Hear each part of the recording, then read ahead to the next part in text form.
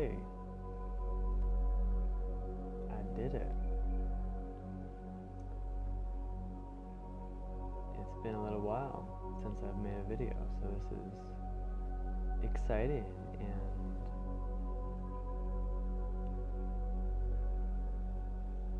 been looking forward to it for a while. Been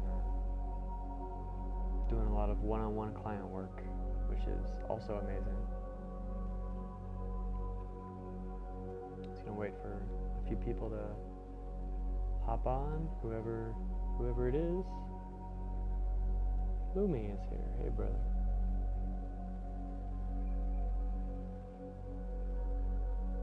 Do I share this somewhere? Maybe I could share this. I don't know what I'm doing here. If you can hear me all right, let me know. Okay, got a few people showing up. Exciting.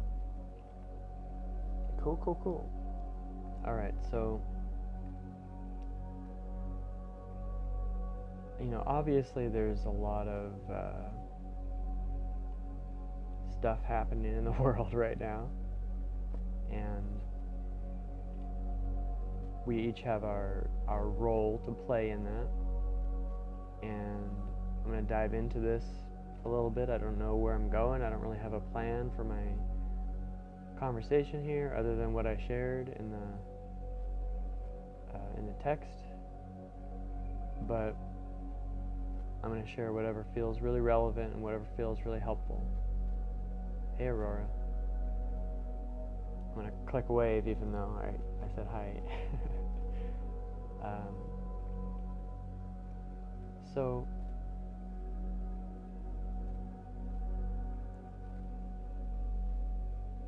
I want to share why I personally don't feel as if I'm in any kind of danger, or if I'm in, if I have a reason to freak out about anything. And I'm actually enjoying the energy, I'm enjoying the experience. And the reason is because I am taking the opportunity to be with my experience. I am valuing my experience. And this has several different layers and levels, and that's what I want to talk about, I think, here. We have our, and I have to approach this, with some assumption that those who are watching have,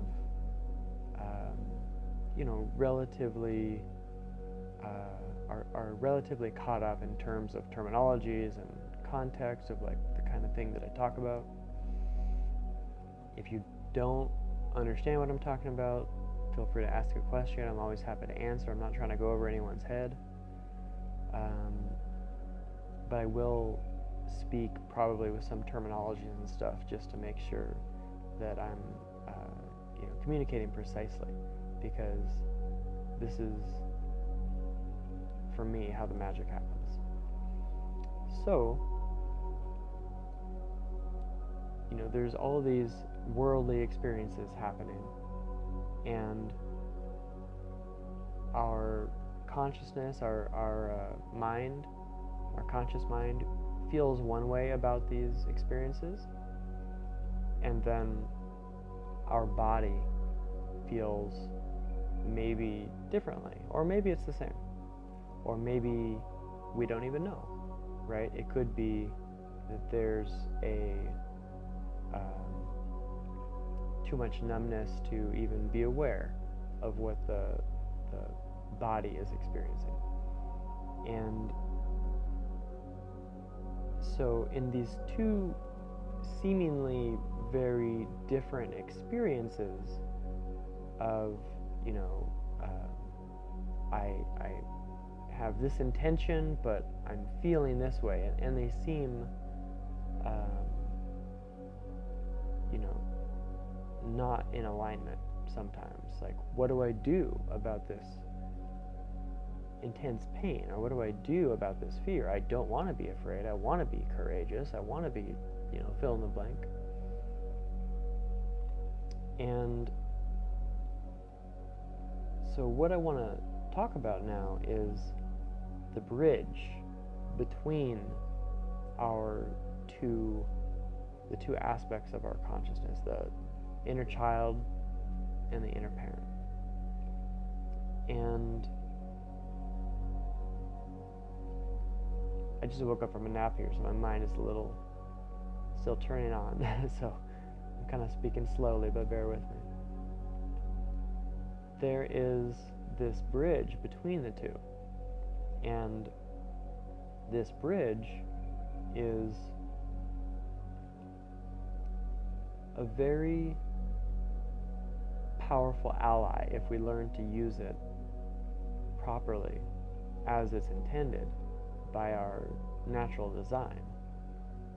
And this bridge between our conscious awareness and our somatic subconscious awareness is what is sometimes called the second attention. So we have our first attention, we have our second attention. And the deeper we go into this second attention, which is a term from Don Juan, the deeper we go into this second attention, the more it actually connects us with our first attention. And this is where I'm a little bit concerned about going over people's heads, because I want to be really clear about this, but it's also, pretty abstract, I understand, so I am happy to answer any questions about the way I'm explaining it. But the bridge between what I call these, our fractalized attention,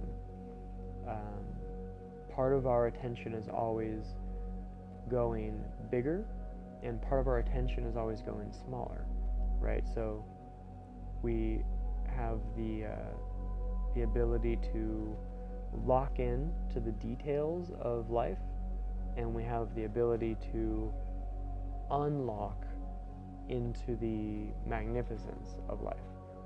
And so this is a simultaneous, feminine and masculine, surrender and laser focus. And within the fractalized attention that we naturally have, there are more and more fractals within that. And that just means wherever we're focusing on something, there is a feminine and masculine aspect within that. And then wherever our body is in pain or in fear, there's a feminine and a masculine aspect within that. And the bridge between these two is where the magic actually happens. This is the quantum field. This is the space beyond time, is where these two attentions meet. So the reason I'm bringing this up at this time, which just feels very important, and I as I'm speaking this to you, I'm like, I can't imagine this sounds very practical, but this is very practical. This is everything. This is the ability to, everyone on Facebook and the spiritual community, everyone is talking about being with your experience, being with your attention, being with your emotions, being with your pain and your fear. And so I'm taking that and I'm just diving deeper into what does that really mean. And it's being with it, yeah, but it's also being with it as the masculine and being with it as the feminine simultaneously. And I'll give you an analogy of what that can look like. And I'm not saying what it should look like, but what it can look like. If you imagine I'm a filmmaker also, so I like to speak in film metaphor too, just to be able to get my point across.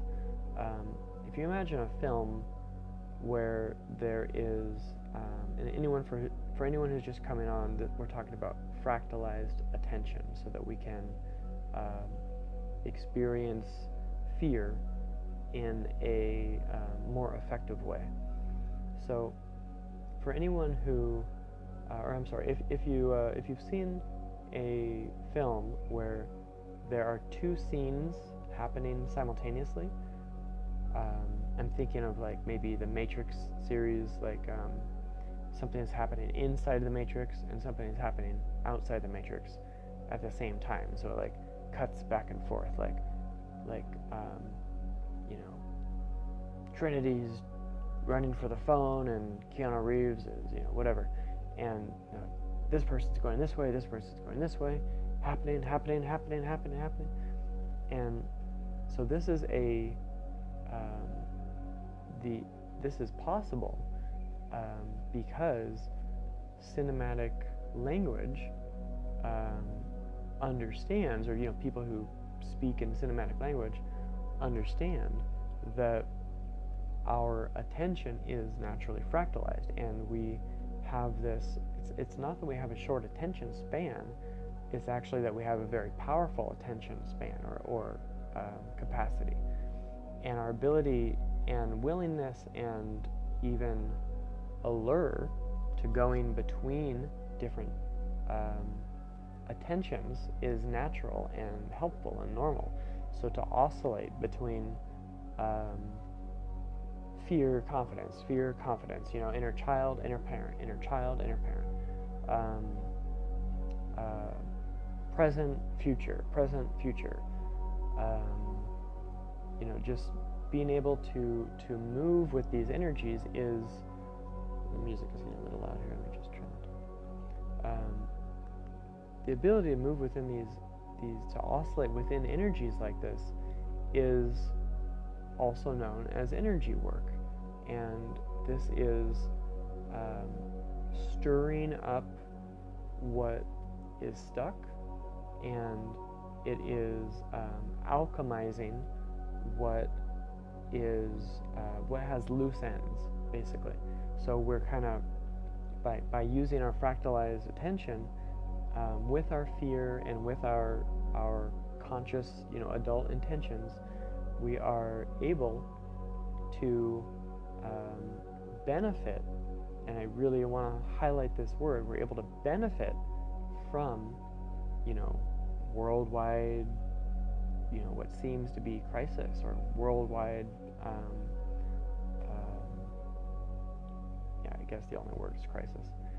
It's an experience of, is this the end of time? Is this the end of humanity? Is this the end of me? That's one aspect of it. But then the adult aspect is like, you know what, I got you, and you're safe, and I'm committed to you, and I'm going to hold you, and I'm here no matter what. And being able to oscillate between these two is all that we need to do. There's no more than that. It's not complicated. And as we do this, and we know that our oscillation is an option, and we know that we have this ability to go back and forth between unsafety and safety, unsafety and safety, this is actually what changes the energy, and this is actually what moves it from inside of us and brings it from our guts to our, the way I move energy personally, I burp it up a lot. It sounds funny, but it's very effective. And it's because, the inner parent is piercing through the veil of everything that is stuck within the guts, and being able to oscillate back and forth is like the inner parent pierces through, it expresses, pierces through, expresses, right? And so if we can use this to our benefit, then we are invincible. You know, there's nothing that can hurt us. And being able to take advantage of this ability that our consciousness naturally is designed to accommodate and is naturally designed to not just alleviate us of pain, but this is the evolution, right? I just want to sit with that for a second. What we're experiencing now, this is not a problem. This is the evolution. This is the magic we've been waiting for. And it might not look as pretty as we expected. It might not have all the bells and whistles that, you know, we would design if we were writing it as a script of our own movie. But this is the evolution. This is where the potency lives. And you know, I do this experience called the quantum theater. For anyone who doesn't know my work, the quantum theater is like a role-playing experience. And basically, the way it works is I create a situation where people are kind of painted into a corner where they have their greatest fears shown to them, or they have their most trying issues put up in their face, and they have to face it head on. Hey Sebastian, awesome, great to hear. So if you look at, you know, one of my friends, Aurora, actually asked me, like, is all of life a quantum theater? And yeah, everything in, like, I think what Shakespeare said, like, all of life is a play, maybe, or you know, maybe I'm making that up. I'm not a Shakespeare expert. I'm a quantum theater expert.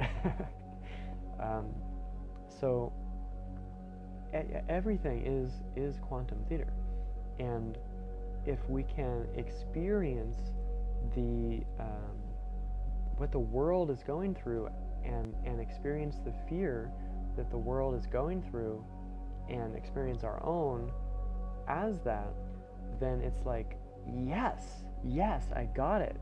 I got the opportunity. I got what I needed. I am getting the magic. I'm receiving the potency. There you go. Thank you, Katie. All the world's a stage. All the men and women merely players. Thank you. Yeah, see, this is why I need friends to help me. Awesome. So if all the world is a stage and all the world is the quantum theater, then if it hurts, it's helping us. And that's a very tricky statement, because that statement can also cause people to be in relationships that are not helpful. You know, it can cause people to maintain things like, well, it's painful, so I might as well, like, dive in and you know, stick with it. But it doesn't mean to stick with an abusive relationship or anything like that. What it means is when we truly, authentically face pain and face issues head on, if we really stay the course and we really trust the alchemy. My foot is certainly really falling asleep right now. There we go. If we really trust the alchemy of staying the course when we are experiencing some kind of emotional pain, then on the other side of it are miracles. Literally, I'm not exaggerating. On the other side of really diving in to pierce the veil of the inner child's depth of suffering with the inner parent, we get access to that power that the inner child has been storing, and we get access to that depth of power that the inner child has accidentally been hoarding for a good reason, based on previous fear-based conditioning. Does that make sense? So if the inner child has all this power, and that's what the feeling of fear is power that wants to be given new boundaries, wants to be reclaimed. So that feeling of fear is a blessing, because it's like, oh, more power is being offered to me now.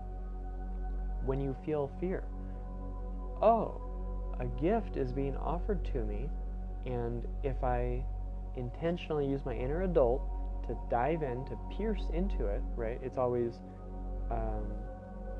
moving downward into the pain, and then the pain is trying to move upward, right? So one is descending and one is ascending, and where they meet is where our magnetic polarities connect, and this is like the awakening point, right? This is the alchemy point, and being able to sink more and more deeply, not rushing ourselves, but I say that to you, even though I rush myself all the time. I'm like, let's fucking do this shit. So do whatever you want, but I'm not encouraging you to rush yourself. The more and more deeply we sink into that, it becomes a bond. It becomes an agreement, right? The inner child and the inner parent are coming to an agreement. And when you're experiencing fear is simply saying, an agreement has not yet been reached, right? That's all it is. I'm experiencing fear, an agreement has not yet been reached. I will dive in and I'll see what can be arranged. And on the other side of that, I have a new partner, I have a new teammate, which is, of course, it's just me, but from the inner adult's perspective, the inner child is the new teammate, and then they can play together, and they're operating from very different universes, very different densities, and being able to combine all of the densities from chakra layer 1, layer 2, layer 3, layer 4, layer 5, layer 6, and then being able to offer that all up through layer 7 gives us a holistic experience of an agreement, and that's what alignment really is. People use this word alignment. Are you in alignment? Well, what is alignment is all of my parts are in agreement. All of my parts are playing nicely together. And if a part of myself is not playing nicely together, then I need to have that conversation. I've got a couple messages here. Aurora says, sovereign quantum creation, creator integration. That's a cool sentence. Carl says, as we trust, we may soon rely, feeling the current importance of knowing this reliance. Interconnected, interdependent, interreliable, sacred law. I could count on it. Yeah, for sure. So this is the spirit, right? This is like the inevitable courage. Right, this is one of my favorite words, inevitable. The inevitable courage that we are absolutely going to muster, right? It can be now, or it can be later. And this is where I jokingly say I like to rush myself, because for me, I'm like, might as well fucking do it now, right? Like, today's the day, right? So I might as well muster the courage now. If I can bring in more courage today, then it will make my day tomorrow easier. If I can bring in more courage today, then it will make my friends and my loved ones' days tomorrow easier. And we are the world. We are the world. We are the people of Earth. And if your day tomorrow is better because of the work that you do today, then that is the world having a better day tomorrow. So I think that's about it. I have more I could say. If anyone has a question, feel free to shoot it up, but I could just hear myself talk all day long. I'm going to go for my midnight walk soon here in California. I'll just talk about that for a second. I like to go on midnight walks for about an hour or two, and I do this work that we're talking about, where I feel into the feelings of the night. The feelings of the night. That sounds like a song too. It's probably a song. I don't know that song, but I bet someone's going to send it to me as a... Oh, Katie, yeah, that is my bracelet from Kanu. I'll show you. Look, my nephew made me... Is it the right way? That says my name on it. I don't know if you can see it. Well, I'll just trust that you know what my name is. So, I feel the feelings of the night when I go on these nighttime walks. Okay, Aurora's already sent me a YouTube, so that's probably that song that I never heard of. And when I go on these walks, there are very different stimuli than there are during the daytime. You know, there's like coyotes that walk by, and there might be like a really loud car just out of nowhere, just like, and then, you know, my nervous system feels that, and then what I actually do is I go to like a track where I can walk and just go in circles and not have any thought about where I'm walking, and just do something repetitive so I can specifically go and do this work. And also, just because I'm so sensitive, when everybody else is sleeping is a great time to do this work, because I'm also working very much so like in the collective field, and I'm very much so working in the space where most people are, you know, still very deeply in resistance to experiencing that. So while they're dreaming, I'm trying to make a cool rhyme here. While they're dreaming, I'm scheming. Am I scheming? I don't know if that makes sense, but I'm trying to come up with a... This is why I have such a hard time freestyle rapping. I'm trying to learn how to freestyle rap. I was doing that on my retreat the other day, but it's I got a ways to go for freestyle. So when I'm doing this work, I am feeling my feelings. I am often triggering myself on purpose, right? I'm going deep into what makes me angry, what do I regret, what am I afraid of. Whatever feels the most relevant, I will go into that. That's where I say, like, I kind of rush myself, because there's a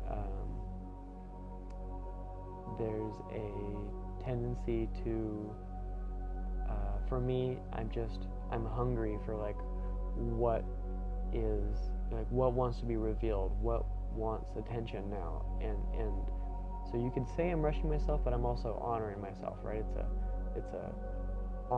It's rushing myself in the name of honoring myself. So it's not an abusive rushing. So that's why it's a joke, is like, I personally love to rush myself, because it's like, it always benefits me, it always works. And then everybody else is like saying you can't rush your healing, and that's definitely true in one perspective, but I love to rush myself. It's funny that I'm finally coming out of the closet about this, because this is something that I've been thinking to myself for a long time. Like, why can't you rush yourself? Like, it's fun to rush yourself. Like, I love it. And that's just my perspective. That's not advice. You don't have to take that if you don't want to. So, as I'm doing these walks and doing this work, one of the interesting things is I am doing a lot of dancing. I'm using my inner parent to facilitate the movement, the unraveling of my inner child. And so that means I'm walking around in circles on this track. That means sometimes I'll just stop and I'll be like, okay, apparently I'm turning around the other way now. And that is honoring whatever the experience is, and just really subtly moving with whatever my body desires, right? And this is really the key, especially in these sessions. This is the time to hand over complete control to the body's needs, because when we do that in these specific allotted time frames in sessions, in safe space containers, the rest of our day-to-day life, our body doesn't have as many needs. It doesn't have as many unmet needs, and then we are free to accomplish. I'm a Enneagram type 3, so I love to be productive and I love to accomplish stuff, but that's not necessarily you. So, again, this is not advice. I'm just talking, just to talk. So I like to be as available for doing the whatever priorities I have during the day as much as possible. I like to be present. I like to be grounded. I like to be have plenty of capacity. I like to feel light and be open and be available to assist with people and all this stuff. And that's why I prioritize my processing at night, is so that I can be available during the day. And then I end up needing, lately, I think last night I got like 3 or 4 hours of sleep, because and then I took a nap today also, probably actually I floated today too, but that's not really a nap. That's not every day. So I probably got a total of 4.5 hours of sleep today. And that's good for me, because I process what needs to be processed consciously during the daytime, or during the nighttime, but when I'm awake.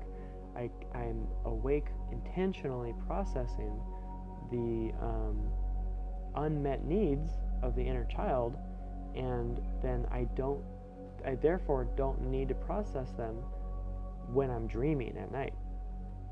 Right? So that's what dreaming is actually for, and that's what sleeping is actually for, is dreaming. And dreaming is for processing what hasn't been processed within the inner child. And so if we process that while we're awake, we don't have to sleep. So that's the trade-off. And so I'm not saying don't sleep, but I still sleep, but just not as much. And this creates for also a lot of data to come in. I had no idea I was going to be talking about this. This is a total tangent from where I was going, but I'm having fun if you're having fun. So if you're here, I'm here. Great. Now I lost my train of thought. There's a I'll just take a breath because I really lost where I was talking about.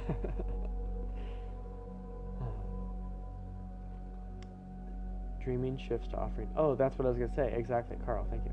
So a lot of data comes in, and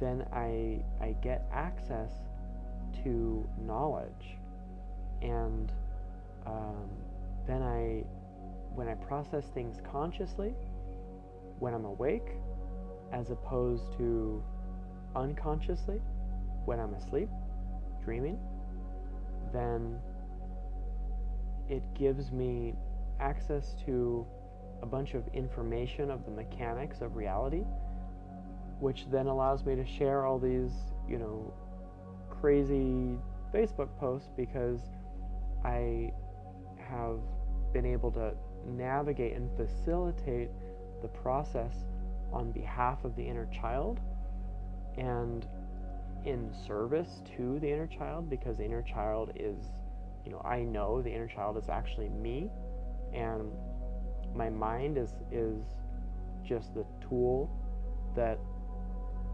me created in order to be its own facilitator, right? So the inner parent is created by the inner child as a tool to restore the safety of the inner child, to fuse again with the inner parent, and it becomes one, right? So I'm not like, obviously, the concept of oneness is not something I disagree with, but differentiation is essential to being able to facilitate the reuniting of the parts, creating that bridge, and oneness occurs because of differentiation. So this is a really important thing, and it's also coming full circle for anyone who's been here from the beginning of this video. Is coming back to that the bridge of the fractalized consciousness, and that being where the magic happens, is in that bridging. And Carl says the download of what will serve our further capacity. We increase efficiency with less effort, again in accordance with sacred law. Yeah. And Katie says the mind is the tool that me created. So I just quoted a quote from Katie, which was a quote from me, which was a quote from this video. This is crazy. Welcome to Facebook Live land. So what's coming up for me now is like, I share these in-depth Facebook posts about the nature of consciousness and the layers of reality and its knowledge. And sometimes people ask me, like, now that I have all this knowledge, what do I do with it, right? And that's a great question, and that's a very common question. I'm asked that often, and there's a couple of different answers to that. One answer is you don't need to do anything with it. Just having the knowledge is going to orient your nervous system differently to experience itself differently, so that you feel safer as a result, right? So that's really what the knowledge is for, is so that you can feel safer in your body, mind, spirit system, and that's really what it's for, not to go and do something with it, because the more safe that your inner child feels in this system, the more power the inner child gives the conscious mind access to, right? We're only allowed to be as powerful as our inner child trusts us. That would be a cool quote if somebody wants to write that quote. We're only allowed to be as powerful as our inner child has trust in us. Also, could be different variation, or if you want to make your own. This is a powerful concept. And so we're restoring faith in this connection, this agreement. And then the other thing is, like, how can I actually apply this information to my life, right? And so, for example, when I wrote recently about this, the inner predator, right? Like, another way to describe the inner adult is the inner predator, where the inner child is like the inner prey, not in a violent way, but in a way of, like, one is stronger than the other. One is more, not more powerful, but hierarchically has more control, and we are unlearning our tendencies to abuse that control. Thanks, Aurora. Yeah, that looks good.